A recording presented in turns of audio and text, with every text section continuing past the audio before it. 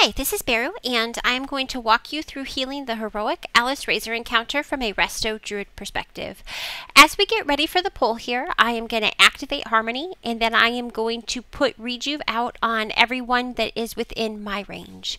As we get knocked back and go to run in, I will activate my Shard of Woe, Wild Growth, refresh my Harmony buff with the Swiftmen, and then I'm going to use my first Tranquility here just to get the raid stabilized as we are waiting to start the fight. I am going to chase down our Star Fox people that go up into the air here and wait for a loose feather that is not going to be utilized by them to get my feather buff.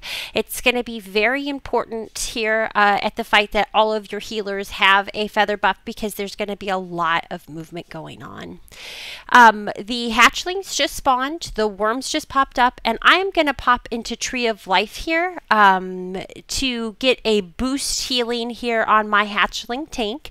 I will keep a 3-stack of life boom on the tank. I'll keep a rejuve up on the tank, and then I'll pretty much just pump healing touch into the tank, especially if there is a tantrum that's about to happen to try to keep him stabilized. In addition to the tank, on my half of the room, I am responsible for watching out for melee interrupters here that may need cleansed from the Fiero Blast, as well as sort of keeping them topped up if they happen to hit any of the brush fires around the room. They usually don't need more than just a wild growth, maybe a rejuve, and I rarely have to be out of the range of my tank to manage that. Here we're going to take the first firestorm. I have a little bit of trouble knowing which side of the meteor is the safe side to be on, so I actually have a macro here that will both target and focus Alysrazor so that I can see on my mini map where she's at in the sky to try to better navigate those meteors and make sure that I am in the right spot. It can be a little bit tricky in some of these later meteor phases that we have when the meteor freezes. If the hatchling is still up as we need to hide from the firestorm, trying to navigate line of sight on the tank plus making sure that you're out of the firestorm. I tend to like to get right behind the head of a worm as they're spawning to make sure that I'm not going to get hit by the fire breath on the worm. And then I kind of make a circle around the worm until my tank eats that worm. And then I move to the other worm that my tank's about to navigate. And basically, I'll try to do the same thing. I try to get to the backside of the worm, and then I just try to navigate a circle around the backside of the worm as the worm's breathing to make sure that I am always dodging the breath there. Now you're going to see here that we have both of our meteors on the same side of the room. It's really important if that happens that it gets communicated early in vent so that the entire raid knows that half of the raid is going to have to move to the other side of the room to get to a meteor for safety for the firestorm. The rest of the phase here is just going to be rinse and repeat. The melee are going to continue to handle those druids that come down. And once they're all down, they will switch to help on this very last hatchling that's going to be picked up here. I heal a warrior tank for this, and we had some trouble at certain times with keeping him in range and alive. And we figured out finally that it was when he was heroic leaping. He would kind of end up halfway across the room and all the healers would go, uh-oh, what just happened? So it's kind of important if your tank has any sort of charge or speed boost or leap that they're going to end up utilizing during this phase, that they communicate when they're going to use it so that the healers have enough time to proactively be in position while healing that tank so that they don't end up out of range of the tank there. We're about to go into phase 2, which is the tornadoes here. The rest of the fight's pretty much the same as far as navigating it goes. I always get behind a tornado that happens here, and then I just circle around behind them.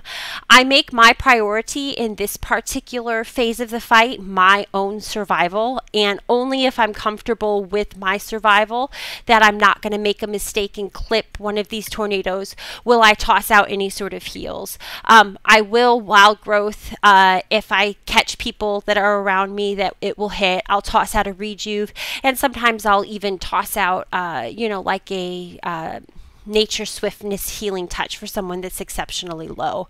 Right now, I'm just going to recoup my mana by starfiring, and I'm going to pop into Tree of Life before we actually get to the damage phase so that I can start blanketing those life blooms on the raid and be ready for the damage phase to start. You're going to see there that I just activated Nature's Grace so that my first efflorescence as well as my first wild growth will be affected by the extra haste there. And while I have Tree of Life up, I'm going to continue to just blanket the raid with Life Bloom here. I'm going to go ahead and trank while I still have that Tree of Life going, just to make sure I can get the full duration of the trank here before this knockback happens, and just keep the raid stabilized. We use a couple of raid cooldowns during that phase. You'll see a Spirit Link Totem. You saw a Power Word Barrier. We also use a raid wall just to help mitigate some of the damage so that the healers are not sort of left just healing through all of that fire damage. It's again really important as we get to this part of the fight to grab your feather. The worms have spawned, and you're going to see here that again I just get behind the head of the worm and I try to navigate through that fire that the worm's doing by just always kind of staying behind the worm. That feather lets you cast while you're moving, so you can pretty much stand anywhere that you want to be as long as you're in range of the tank. It's pretty important to try to avoid these brush fires. You see that I did clip one right there, and it did take about half of my life out. So I am going to have to use a global cooldown, or one of the other healers is going to have to use a global cooldown at some point just to sort of get my life stabilized right there. We have our next set of meteors here, so the entire raid is coming to get behind them. One of the things that we found really helpful for the people that struggled with the meteors, like me, was to have someone in the raid call out north, south, east, or west, so that it was very easy to navigate those meteors and to find the side of the meteor that you needed to be on in order to make sure that you avoided that firestorm. Again, we're going to just sort of rinse and repeat here. There are 3 hatchlings per phase, so it gets, kind of boring to watch because I'm just going to be doing the same thing with healing the tank, keeping Life Bloom up on them, keeping a rejuve active on them, and healing touch. I will swift mend right under my tank.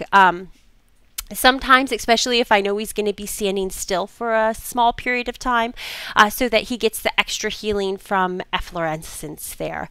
I will tell you that getting hit by the breath from those worms is pretty much going to be almost a one-shot of your life. It's really, really important that you dodge them to the best of your ability and make sure that you do not clip by them. We use 6 healers for this fight and 2 tanks. We use 3 healers on each side of the room, with all 3 healers having some level of responsibility for dealing with the tank.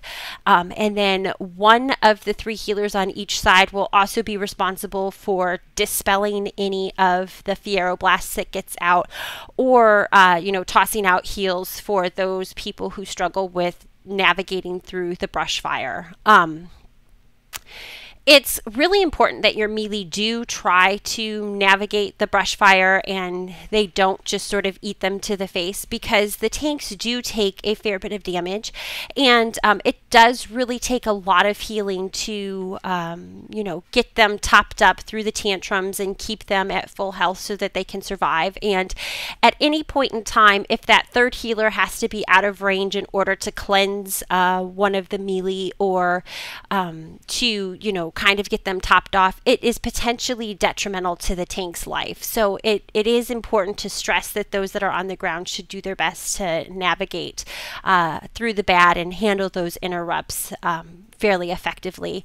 But do assign one healer and only one that'll be responsible for handling those, so that the other two healers know it's being taken care of, and everybody else will just continue to heal the tank.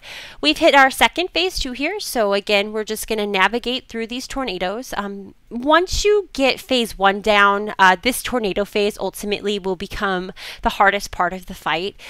It's basically, you know, just making sure that people survive, because it is somewhat of a DPS check, and if you end up, you know, losing too many interrupters or losing too much DPS and you can't get the meteors down, or you can't get the hatchlings killed, or you can't interrupt the druids, it's going to end up ultimately being a wipe. So we stress to everybody in this phase that survival is your #1 priority, and there's nothing that can be more important than that. You're going to see here that my Tree of Life is on cooldown. That's because I made a mistake during the previous phase with my tank, where I popped into Tree of Life to, you know, get the extra boost healing on my tank. It was just a bad judgment call. I should not have done that there. So I'm actually missing Tree of Life, but normally I would do the same as I did in the first phase here, where I'd pop it before she actually starts doing damage to get the life blooms rolling out on the raid. Otherwise, it's just sort of, you know, using my trank before the knockback, using as much rejuve as I can get out on people if my Tree of Life is not up, and Wild Growthing and Swift Mending on cooldown. I hope you found this guide helpful. Thank you for watching, and let me know if you have questions.